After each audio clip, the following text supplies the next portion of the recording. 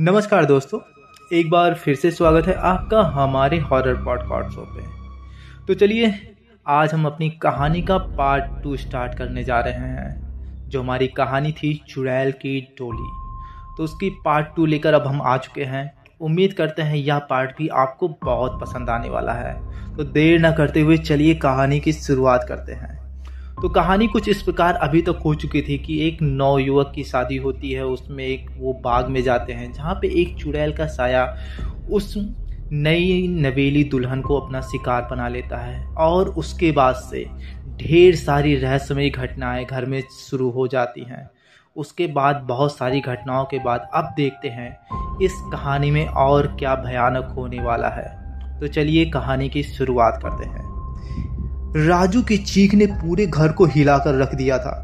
घर के लोग दौड़ते हुए राजू के कमरे में पहुंचे, लेकिन कमला को कोई नहीं पाया। वहां राजू बिस्तर के कोने में सहमा हुआ बैठा था।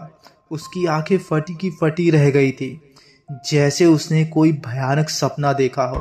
उसके हाथ पैर कांप रहे थे और मुंह से सिर्फ यही शब्द निकल रहे थे, चुड़ैल। वो चुड़ैल माँ नहीं थी, वो माँ के रूप में चुड़ैल थी। उसकी हंसी। राजू के पिता ने उसे कंधे से पकड़कर झकझोरा, क्या बक रहा है, होश में आ। लेकिन राजू बुरी तरह से कांपते हुए दीवार को घूरता रहा, जैसे वहां कोई खड़ा हो। उसकी बहन राधा डर के मारे रोने लगी। भैया क्या हो गया है, कौन सी चुड़ैल की बात कर रहे हैं आप? माँ भी घबराई हुई थी। अरे किसी को बुलाओ, कुछ तो गड़बड़ है। लोग ऐसा कह ही रहे होते हैं, तभी एक मर्दानी आवाज गूंजी और वह बोली, कुछ नहीं, यह सब इसका भ्रम है। सबने चौंक कर देखा। कमला दरवाजे पर खड़ी थी। उसका चेहरा एकदम शांत और भावहीन था। आंखें सामान्य थी, लेकिन उसमें एक गहरी अजीब सी ठंडक थी, जैसे उसमें कोई भावना ही ना हो। राजू ने देखते ही उसे बुरी तरह से चिल्लाने लगा, हट जाओ, दूर रहो मुझसे। तुम वो नहीं हो, तुम कोई और हो। तुमने माँ का रूप लिया था, तुम चुड़ैल हो। कमला की आंखों में एक पल के लिए भयानक चमक आई, लेकिन उसने चेहरे पर मुस्कान लाते हुए कहा, राजू, मैं तुम्हारी पत्नी हूं। तुम्हें क्या हो गया है? मुझसे डर क्यों रहे हो? राजू की मां ने कमला को गले लगा लिया और बोला, बेटा, तुझे देखकर लगता है सब ठीक हो जाएगा। देख, तेरे आते ही इसे भी होश आ गया। लेकिन कमला की मुस्कान में कुछ तो ऐसा था जो राजू को शिहरन दे रहा था। उसे लगा जैसे उस मुस्कान के पीछे कुछ छुपा हुआ है, कुछ शैतानी, कुछ भयानक सा। कुछ देर बाद कमला ने ठंडी आवाज में कहा, चलो सब लोग बाहर जाओ, इसे आराम करने दो। उसकी आवाज में एक अजीब सा रौब था, जैसे उसका हुक्म सब मानने वाले ही हों। उसके ऐसा कहते ही सभी लोग कमरे से बाहर निकल गए, लेकिन राजू की आंखें अब भी डर से फटी हुई थी। दरवाजा बंद होते ही कमरे में ठंडी हवा का झोंका आया और दीपक की लौ कांप गई। कमला ने दरवाजा बंद कर दिया और पलटी। उसका चेहरा अब भी शांत था, लेकिन उसकी आंखों में वही शैतानी चमक लौट आई थी।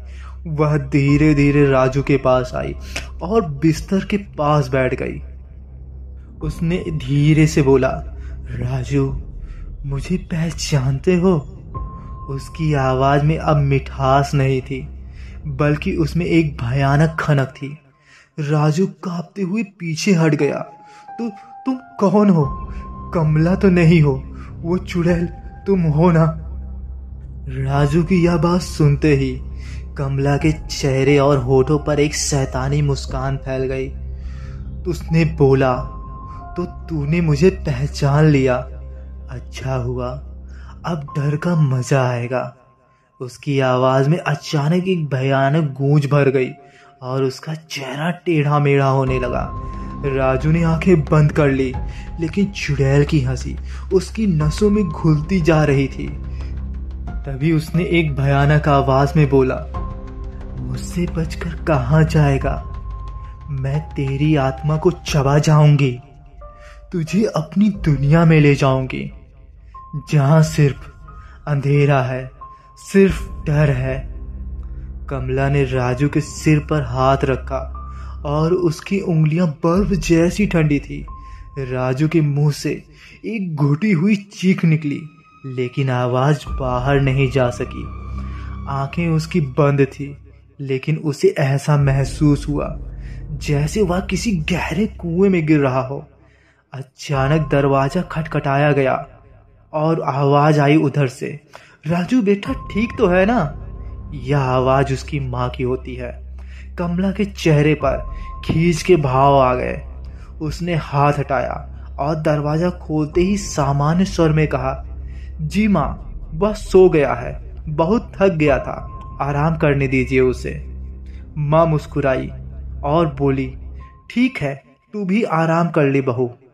दरवाजा बंद होने ते ही कमला के चेहरे पर क्रोध की लहर दौड़ गई। उसकी आंखें जल उठी। ये औरत बार बार क्यों आ जाती है? एक दिन इसे भी निपटा दूंगी, लेकिन अभी नहीं, पहले इसके बेटे की आत्मा लेनी है। ऐसा वह कमला अपने मन में बुदबुदाने लगी। कमला ने राजू की ओर देखा, जो बेहोश पड़ा था। वह उसके पास झुकी हुई और फुसफुसाई, तुझे डर के ऐसे अंधेरे में ले जाऊंगी जहां से लौटना मुमकिन नहीं। तेरी आत्मा मेरी है। कमला में कमरे की ठंडक को और बढ़ा दिया और कमला का चेहरा अजीब ढंग से विकृत होने लगा। उसकी हड्डियां चरमराने की आवाज के साथ मुड़ने लगी, जैसे शरीर के अंदर कोई और रूप छुपा हो। उसका मुंह बड़ा होता गया, आंखें धधकती हुई अंगारों जैसी हो गई और बाल हवा में लहराने लगे। कमरे की दीवारों पर परछाइयां नाचने लगी और चुड़ैल की कर्कश हंसी पूरे घर में गूंज उठी। राजू बेहोशी की हालत में डर से कांप रहा था और फिर एक झटके में कमरे में शांति छा गई। कमला वापस अपने सामान्य रूप में आ गई। उसने धीरे से राजू के माथे को छुआ और फुसफुसाई, सो जा, अभी खेल बाकी है, मैं जल्दी लौटूंगी, बहुत जल्दी।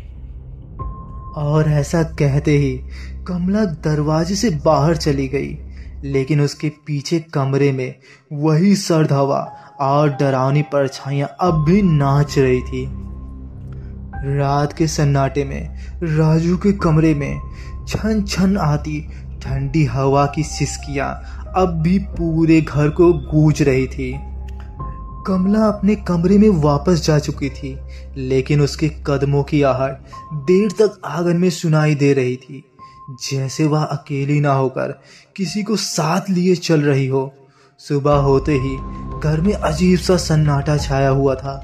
राजू की माँ ने हमेशा की तरह सुबह के कामों में हाथ लगाया, लेकिन उनके मन में रात की घटना का भय अब भी जड़े जमाए हुए बैठा था। उसे लगा जैसे कि घर की दीवारें भी किसी अनदेखे डर से कांप रही हो।